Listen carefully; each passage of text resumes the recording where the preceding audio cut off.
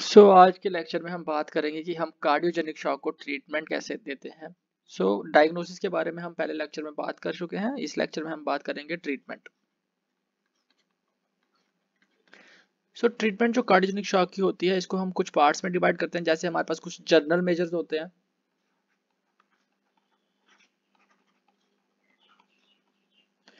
इसके बाद जैसे कोरोनरी ब्लॉक हो जाती है, उसको खोलने के कुछ प्रोसीजर होते हैं ताकि पेशेंट कार्डियोजेनिक शॉक से वापस आ सके, जिसे हम री परफ्यूजन और रीवास्कुलराइजेशन कहते हैं।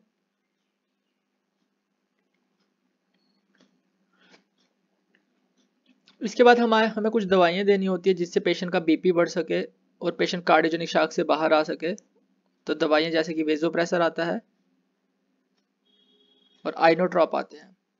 आइनोट्रॉप दिल की धड़कन बढ़ाते हैं, वेजोप्रेसर ब्लड वेसल जो होती है नस, उसको कंस्ट्रिक्ट करा के बीपी बढ़ाते हैं।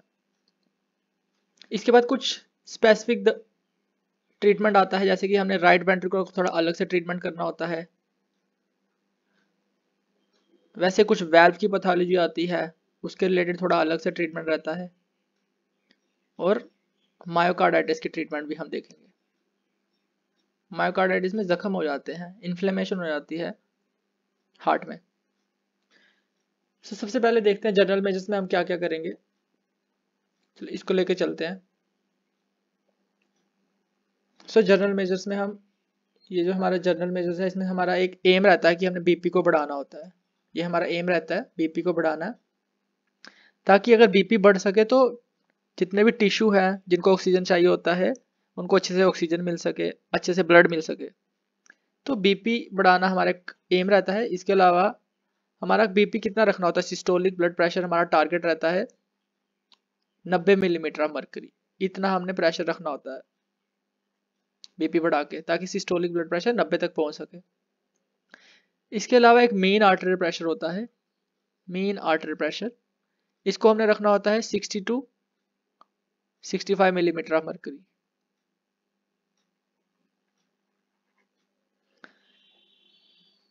इसके बाद जनरल मेजर्स में आता है कि जिसका ऑक्सीजन कम होता है उसको ऑक्सीजन देना है। जिसको एसिडोसिस होता है उसको हम एसिडोसिस करेक्ट करेंगे, उसको सोडा बाइकार्ब देके एसिडोसिस करेक्ट करेंगे। इसके बाद हमने ग्लूकोज जिनका ज़्यादा बढ़ गया होता है, उसके लिए हम टारगेट वैल्यू रखते हैं कि हमने कितना ग्लूकोज रखना होता है, शुगर। तो ग्लूकोज जो टारगेट रहता है 180 से नीचे रहना चाहिए पेशेंट का। इसके अलावा अगर कोई दवाइयाँ ले रहा है जो दिल की धड़कन कम कर रहा है, यानी कि नेगेटिव आइनोट्रॉप ले रहा है कोई, नेगेटिव आइनोट्रॉप दवाइयाँ होती है जो दिल की धड़कन कम करती है, तो हमने ये दवाइयाँ बंद करानी है। और जिनकी धड़कन कम हो गई होती है किसी वजह से, जैसे मैंने पहले लेक्चर में बताया था कि कोई इन्फेक्शन हो गया या हाइपोथायराइडिज्म, थायराइड की बीमारी होती है जिसमें दिल की धड़कन कम हो जाती है, तो या फिर हार्ट के में ब्लॉक्स हो जाते हैं, ऐसे नोड एवी नोड ब्लॉक हो जाते हैं, उस केस में धड़कन कम हो जाती है। तो ऐसे मरीजों को हमने इनमें पेस मेकर डालना पड़ता है, इनको पेस मेकर डाल के ट्रीटमेंट देना पड़ता है। हार्ट में कुछ डिवाइस डालते हैं जो दिल की धड़कन बढ़ाते हैं। तो ये थी हमारी जनरल मेजर्स की बात। ये हमारे जनरल मेजर करना है कि हमने बीपी का बढ़ाना है। हमारे टारगेट बीपी रहता है सिस्टोलिक 90 और मेन आर्टरी प्रेशर रहता है 60 टू 65। ऑक्सीजन कम है तो ऑक्सीजन देना है, एसिडोसिस हो रहा है तो सोडा बाइकअप दे दो। ग्लूकोज टारगेट रखना होता है हमने 180 के करीब। और नेगेटिव आइनोट्रॉप कोई ले रहा है उसको बंद कराना है। अगर किसी का हार्ट रेट कम हो गया है, हार्ट ब्लॉक हो गया, उसके लिए पेस मेकर लगाना है। तो ये जनरल मेजर्स थे। अब इसके बाद देखते हैं हम कि हमारे पास कुछ मेजर होते हैं, जैसे रीवास्कुलराइजेशन, हम कॉर्नरीज को खोलना है।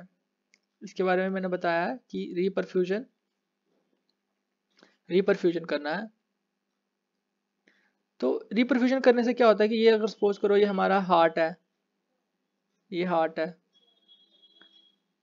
ये वेसल सप्लाई करती है कोरोनरीज को। इसमें क्या होता है कि हमारा थ्रोम्बस हो जाता है, क्लॉट बन जाता है।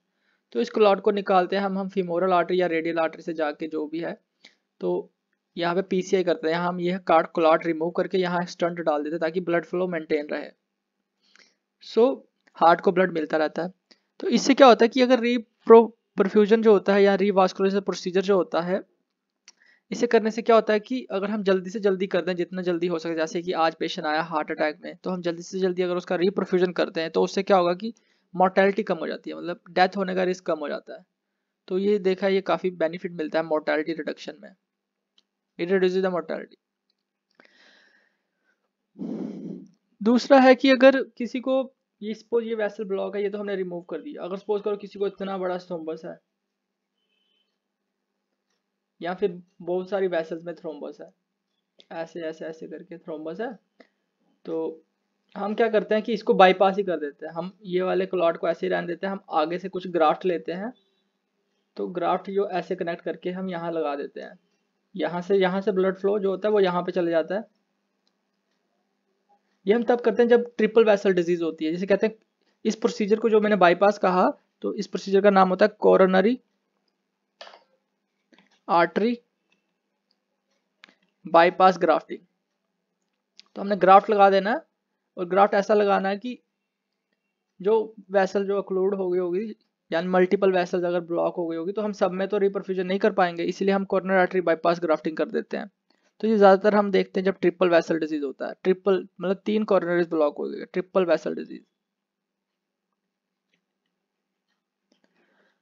तो ये कुछ रिपरफ्यूजन होता है प्रोसीजर, रिवास्कुलराइजेशन प्रोसीजर होते हैं, जिसमें हमने पीसीआई किया, परकुटेनियस। ये जो प्रोसीजर मैंने यहाँ पे बताया था, यहाँ पे जो हम क्लॉट रिमूव करते थे, इसको कहते हैं पीसीआई शॉर्ट फॉर्म में, और इसका नाम होता है परकुटेनियस कॉर्नरी इंटरवेंशन।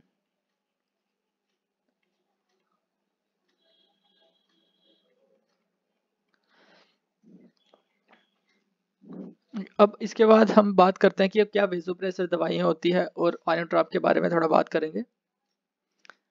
तो वेसोप्रेसर और आयोट्रॉप जो होते हैं, ये कैटाकोलामीन्स होते हैं, आइनोट्रॉप्स।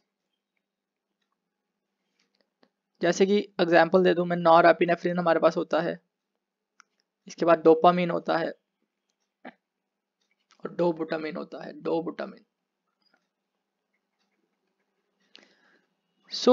ये क्या करते हैं कि हार्ट रेट बढ़ा के और बीपी बढ़ाते हैं। कुछ दवाइयाँ हार्ट रेट बढ़ाती है, कुछ जो है ब्लड वेसल्स को कंस्ट्रिक्ट करके हमारा बीपी बढ़ाते हैं।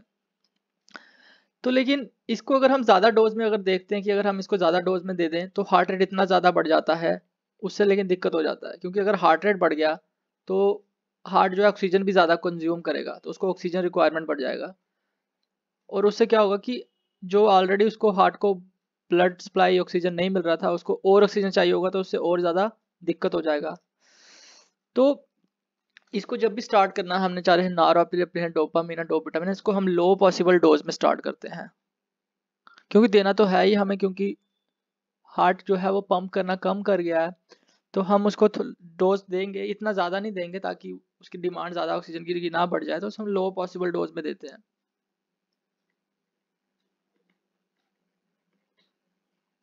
लो पॉसिबल डोज में देना।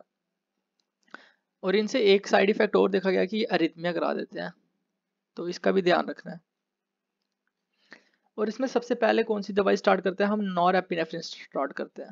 सबसे पहले हमने नॉरएपिनेफ्रिन स्टार्ट करना होता है, ये बीपी को बढ़ाता है।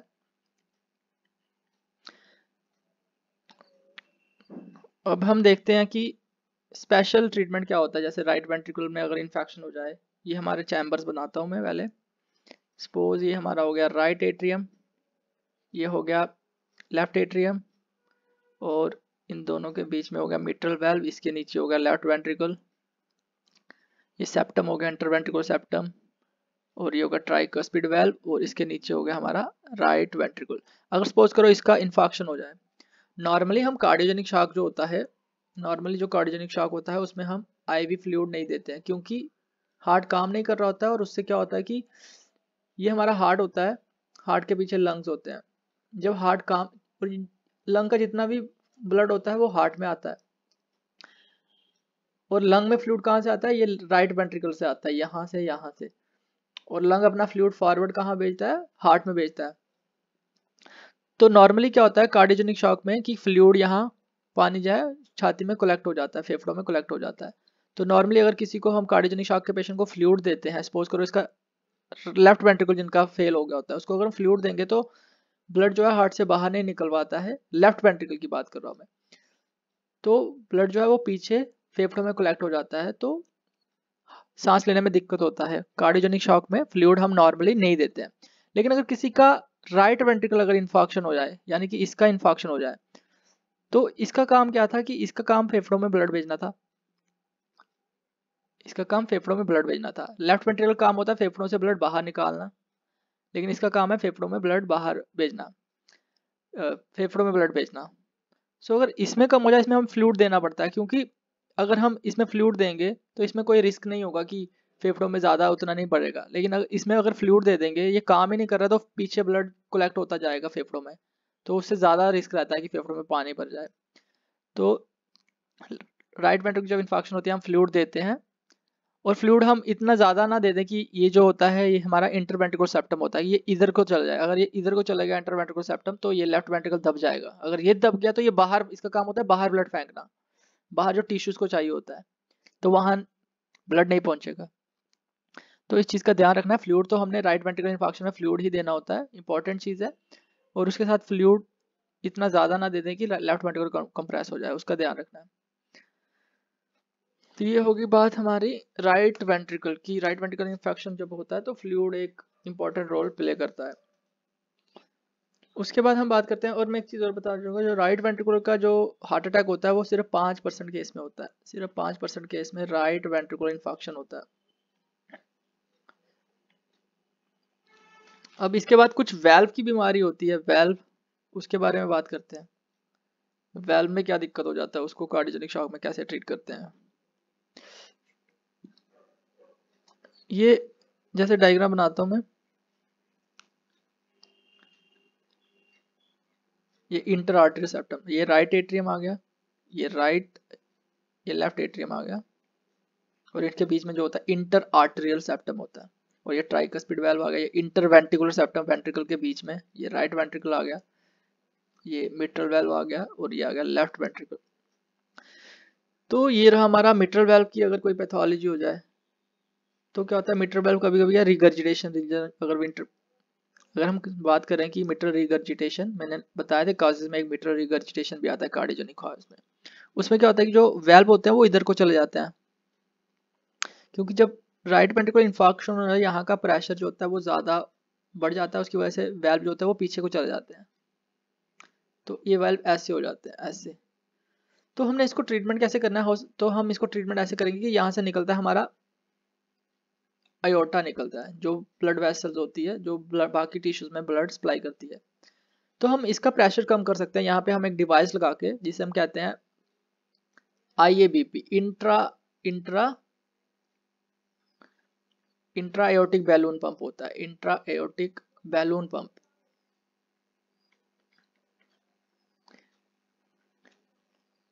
तो ये ऐसे करके प्लेस हो जाता है, बैलून की तरह होता है, ऐसे फूल जाता है यहाँ पे जाके। इससे क्या होता है कि यहाँ का जो प्रेशर होता है वो कम हो जाता है। इस प्रेशर को जो एयोटा में होता है उससे कहते हैं हम आफ्टर लोड, आफ्टर लोड कहते हैं। तो ये आफ्टर लोड कम हो जाता है, जैसे हमने ये बैलून यहाँ पे लगा दिया तो आफ्टर लोड कम होता है। तो जैसे ये कंस्ट्रिक्ट करता है, जैसे ये दबता है ब्लड बाहर फेंकने के लिए, तो उससे क्या होता है ब्लड यहाँ से निकलता है, और जैसे ब्लड यहाँ पे निकलता है तो यहाँ पे आगे ये, नॉर्मली तो ये खुला हुआ रहता है आफ्टर लोड रिड्यूस करने के लिए, लेकिन जैसे ये वेंट्रिकल कंट्रैक्ट करता है ब्लड बाहर निकलता है तो ये क्या होता है, ये सिकुड़ जाता है, ऐसे करके हो जाता है, छोटा हो जाता है। ऐसे ये था, ये ऐसे बड़ा था, ये ऐसे हो जाएगा। इससे क्या होगा, ब्लड यहाँ से बाहर निकलता जाएगा, जैसे ब्लड यहाँ से पास कर जाएगा ये वापस खुल जाएगा। तो ये हम देना होता है। इससे क्या होगा कि प्रेशर वेंट्रिकुलर कम हो जाएगा, और जैसे ही वेंट्रिकुलर का प्रेशर कम हो गया तो ये जो वेल्व जो पीछे चले गए थे ये आगे को आ जाएंगे वापस, तो रिगर्जिटेशन नहीं होगा। जो ब्लड यहाँ, रिगर्जिटेशन से क्या होता है कि ब्लड लेफ्ट वेंट्रिकल का राइट वेंट्रिकल में, राइट एट्रियम में चले जाता है। तो जब ये अपनी नॉर्मल पोजीशन पे आएंगे तो ऐसे पीछे नहीं जा पाएगा। अगर राइट एट्रियम में ब्लड नहीं जा पाएगा तो लंग में भी नहीं जा पाएगा। तो इससे फायदा ही होगा कि जो भी राइट लेफ्ट वेंट्रिकुलर ब्लड था वो फॉरवर्ड चलता जाएगा, आगे को चलता जाएगा। उससे क्या होता है, टिश्यूज को ब्लड मिलता जाएगा तो पेशेंट कार्डियोजेनिक शॉक से बाहर आ जाएगा। तो ये था अगर वेल्व की पैथोलॉजी हो। अगर बैलून पंप जब डिवाइस लगाने से भी फर्क ना पड़े तो हमें कुछ सर्जरी करके ये ठीक करना पड़ता है, जो रिगर्जिटेशन या फिर कोई और दिक्कत हुआ है वेल्व में, तो वो उसमें जैसे स्टेनोसिस लीजन होता है तो सर्जरी करना पड़ता है, और फिर सर्जरी करके ठीक करना पड़ता है। अब इसके बाद हम एक चीज और होता है कि जो वेंट्रिकुलर होता है, वेंट्रिकुलर सेप्टम होता है, इंटरवेंट्रिकुलर सेप्टम, ये कभी कभी कार्डियोजेनिक शॉक में रप्चर कर जाता है। तो इसके लिए तो हमें ऑपरेशन ही करके ये क्लोज करना पड़ता है, ऑपरेशन करके ये क्लोज करना पड़ता है। ये रप्चर अगर हो गया है ऐसे करके तो ये ऑपरेशन करेंगे तो ये क्लोज करेंगे हम। और जिनमें ऑपरेशन नहीं कर सकते हैं, जो नहीं, जिनको सर्जरी नहीं कर सकते हैं, कोई बहुत ही ज़्यादा बूढ़े हैं, तो उसमें हम क्या करते हैं कि स्किन के थ्रू हम जाते हैं हार्ट में, वेसल के थ्रू कोई आर्टरी लेके, तो वहाँ पे जाके हम इधर डिवाइस लगा देते हैं, जिसे कहते हैं अम्ब्रेला डिवाइस होता है, वेंट्रिकल सेप्टल अम्ब्रेला। इसके लिए बड़ा ऑपरेशन नहीं करना पड़ता है, छोटा सा ही होता है, जिसके कहते हैं ventricle septal umbrella device closure.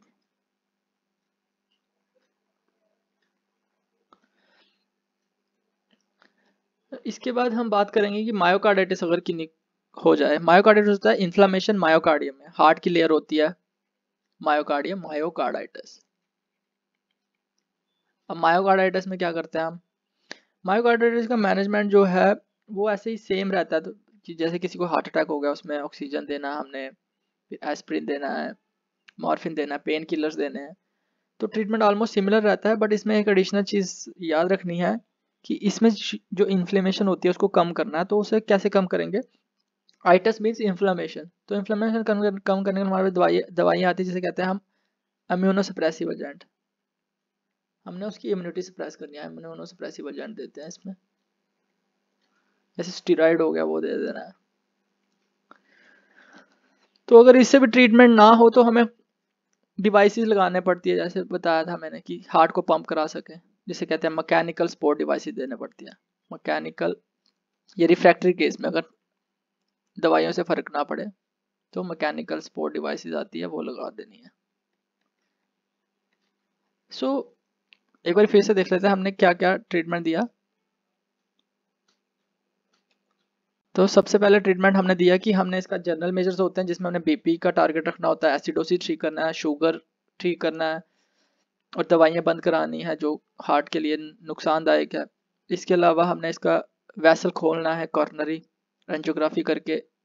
इसके बाद कुछ दवाइयाँ देनी है जो बीपी को बढ़ा सके, और इसके बाद जो है कि वेल्व की कुछ पैथोलॉजी है उसमें क्या करना है हमने वो देखा। और अगर राइट वेंट्रिकल फेल हो जाए तो उसमें आईवी फ्लूइड देना होता है। और लास्टली मायोकार्डाइटिस को कैसे ट्रीटमेंट करते हैं। सो अगर आपको समझ आया हो तो एक हेल्प कर दीजिएगा, मेरे चैनल को सब्सक्राइब कर दीजिएगा। Thank you,